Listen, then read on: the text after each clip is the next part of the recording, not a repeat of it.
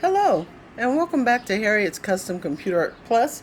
If this is your first time stopping by, thank you for choosing my channel. Also, if you haven't subscribed, please do. And if you'd like to be notified the minute I have new tutorials, hit the bell and you'll be notified. Today I'm going to be showing you a quick tip on what I use for printer problems that where the screen appears one way and the printout appears differently.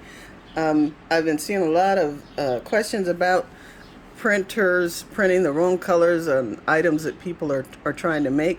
So I thought I'd share a tip with you on how I get around this.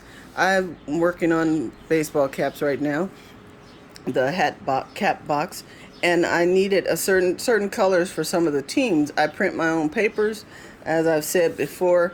Rather than buying all the colored cardstock, I print my own paper. If I can't print the color, then I'll buy the cardstock. But most of the time, I can come up with the right combination to make the color. So this particular hat, I needed a certain shade of red. And so what I do is I go to Google and I search for red color grid, green color grid, blue color grid, purple color grid, yellow. You get the picture. So any color you're looking for, if you're having different printouts coming from what you see on screen, just look for that particular color that you need by doing the Google search. And once you find, I picked these because they had a lot of different colors so I could choose from more quickly. So you just print out that particular sheet, save it to your computer, because you're going to refer to it from now on when you're looking for certain shades of color if you end up getting the wrong color. So then all you have to do is you'll see on your printout the way that that particular grid prints out. So even though it might look one way on the screen, now you have the actual way that you know your printer will print the color. So what I do, then I take the one that I have saved on the computer and I open it in my graphic designing software. I cut a square out of that particular color and then stretch that square to fill up the entire page of 8.5 by 11 sheet paper. And that's how I came up with all of these printouts that I've made so far for the hats that I needed.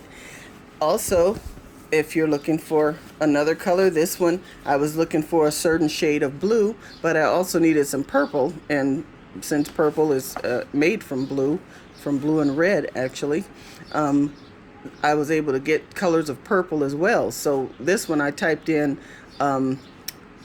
blue color grid and it gave me the color grid in this example. And they have all different color grids that will come up in your search engine. Some of them are gigantic squares like this one, or I like to look for the ones that have the smaller multiple squares, and then I know all I have to do is open that software up, open that page up in my graphic designing software, crop out that square, and I'm ready to go. Also, what I suggest is that you print, once you find your color grid in each of the different colors that you would like, make sure that you print one on glossy paper, one as presentation matte, and one as plain paper. And this way you will see how the colors react on different papers when they're printed on your computer, using your computer and printer. Because you will get variations on, if you use glossy paper, you will get your truest colors that appear on the screen. That's the one that if you need exact, you would want to go with the glossy paper. On presentation matte, you'll get sometimes a slight variation or a more major variation. And when you print on plain, sometimes it's no telling what you'll get, but you will be somewhere in the ballpark of the color you were looking for. But you'll also be able to see when you print it on plain whether you're going to have striations or lines and lines that are printed in your paper, on your paper, with the white streaks or lines is what I meant to say. So that's why I suggest that you print one on each type of paper that you plan to be printing your items on.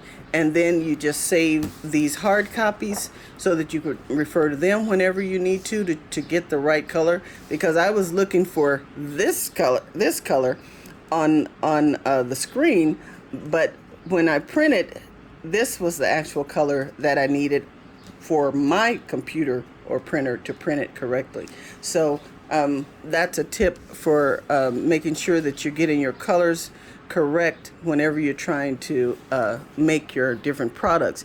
Now, some colors, more complex colors, if you're having some difficulties getting those, like some neon colors and things like that, there are different things you can do. Overlays, you could change the tints lighter or darker, and you can take one of these color grids. If you needed this in darker colors, if it came out looking too light for you, you take this into your graphic design and software, and in Microsoft Picture particularly, you'll go to change the color or the hue, and then you can darken it if you needed one of these colors in a darker tone, or if you needed a lighter tone, you do the exact opposite. You lighten it up, and then you print that out as a lighter one. You would save that file also, the lighter file, the darker file, and that way you'll be able to use these same ones, these same printouts, and the same saves, your grid saves that you keep on your computer. You'll be able to look through them really quickly and get to the colors that you are looking for.